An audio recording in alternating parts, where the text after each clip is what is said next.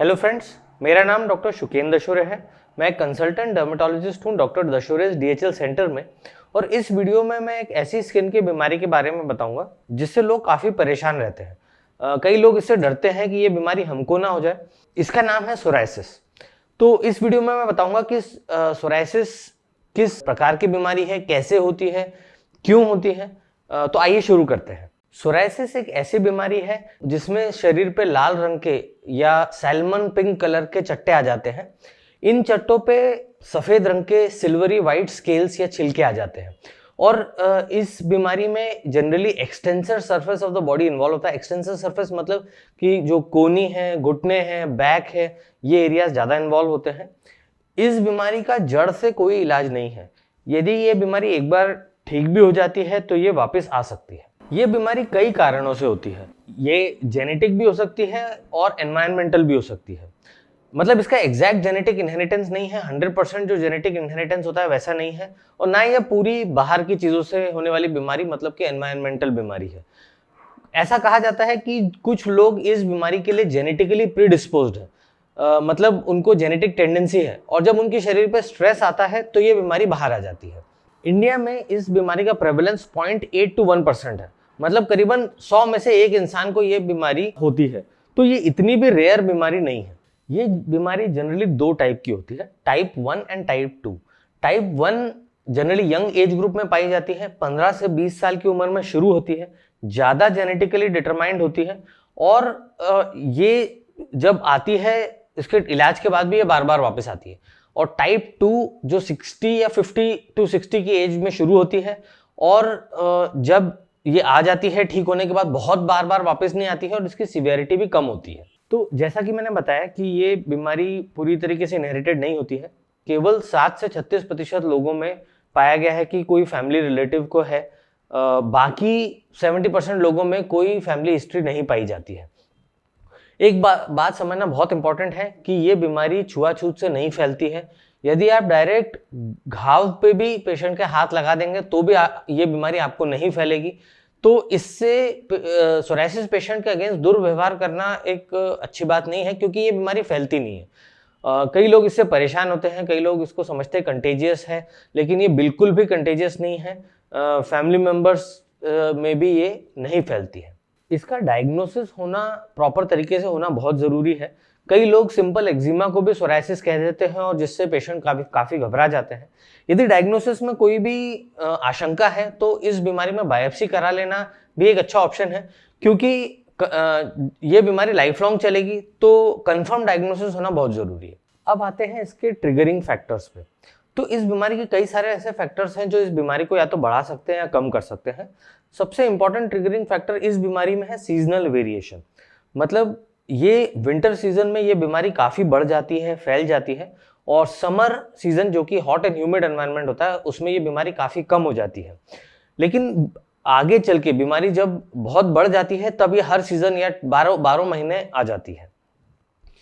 अब इसमें किबनर्स फिनोमेना भी देखा जाता है, जिसका मतलब यह है कि कहीं पे भी यदि आपको चोट लग जाए वहां पे ये बीमारी नई तरीके से शुरू हो सकती है और नए पैच आ सकते हैं।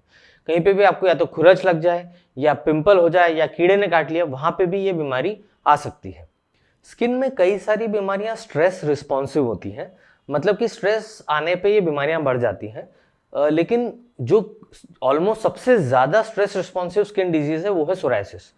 स्ट्रेस में ये काफ़ी बढ़ जाती है। कोई भी मेंटल, फिजिकल या इमोशनल स्ट्रेस हो तो ये बीमारी बढ़ सकती है, और स्ट्रेस चले जाने पे, स्ट्रेस रिलीज हो जाने पे ये बीमारी वापस भी ठीक हो जाती है।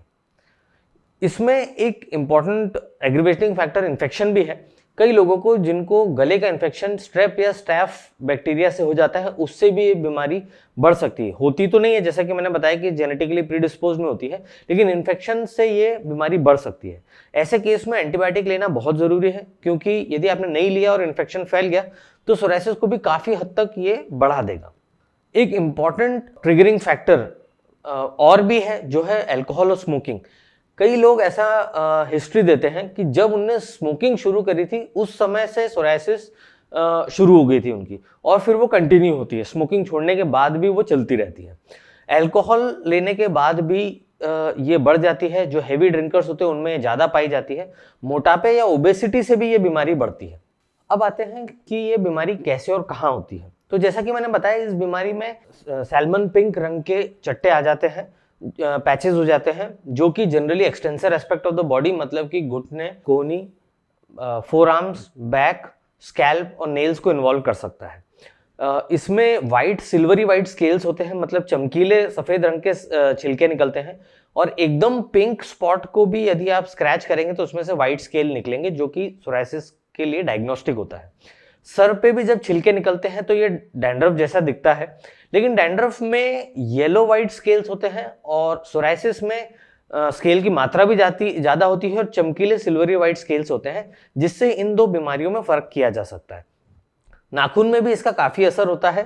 ऊपर से देखने पर नाखून में काफी छोटे छोटे गड्ढे हो सकते हैं, नाखून के नीचे मटेरियल इकट्ठा हो जाता है और कभी कभार नाखून टूट भी जाता है।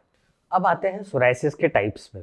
तो सोरायसिस का सबसे कॉमन टाइप है सोरायसिस वल्गैरिस, जिसका मतलब इस बीमारी सोरायसिस वल्गैरिस में सिमेट्रिकली पूरे शरीर पे पैचेस आ जाते हैं। सिमेट्रिकली मतलब शरीर के दोनों भागों में, लेफ्ट और राइट साइड में बराबर मात्रा में पैचेस आते हैं, और इसे सबसे कॉमन यही पाया जाता है। दूसरा जो टाइप है जिसको गटेड सोरायसिस कहते हैं, जनरली ये बच्चों में पाया जाता है।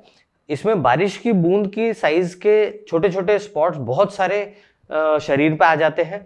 जनरली ये गले के इन्फेक्शन के बाद होता है, और इस सोरायसिस में एंटीबायोटिक देना बहुत जरूरी है, क्योंकि यदि एंटीबायोटिक नहीं दी तो 2 हफ्ते बाद गटेड सोरायसिस आ जाएगा। गटेड सोरायसिस को भी आपने ठीक से नहीं ट्रीट किया तो वो फुल फ्लेजेड सोरायसिस में तब्दील हो जाएगा।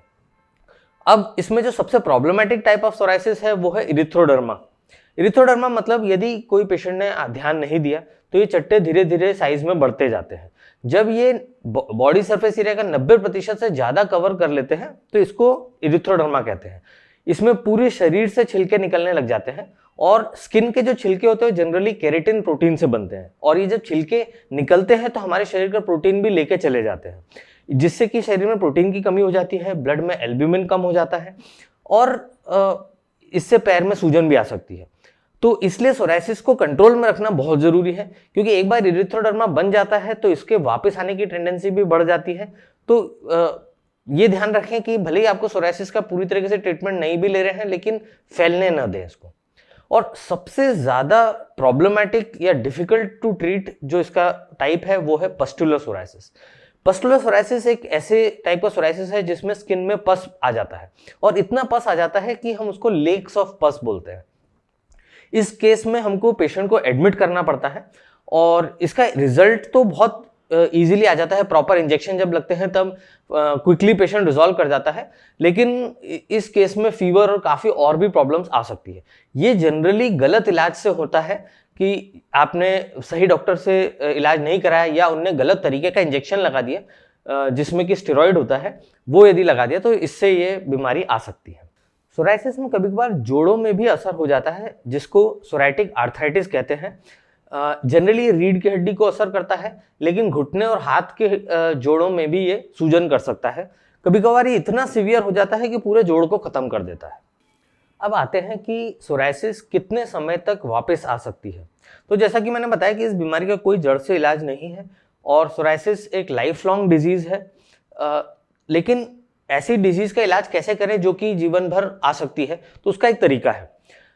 इनिशियली जब हम सोरायसिस का ट्रीटमेंट देते हैं तब सोरायसिस कुछ समय में चली जाती है।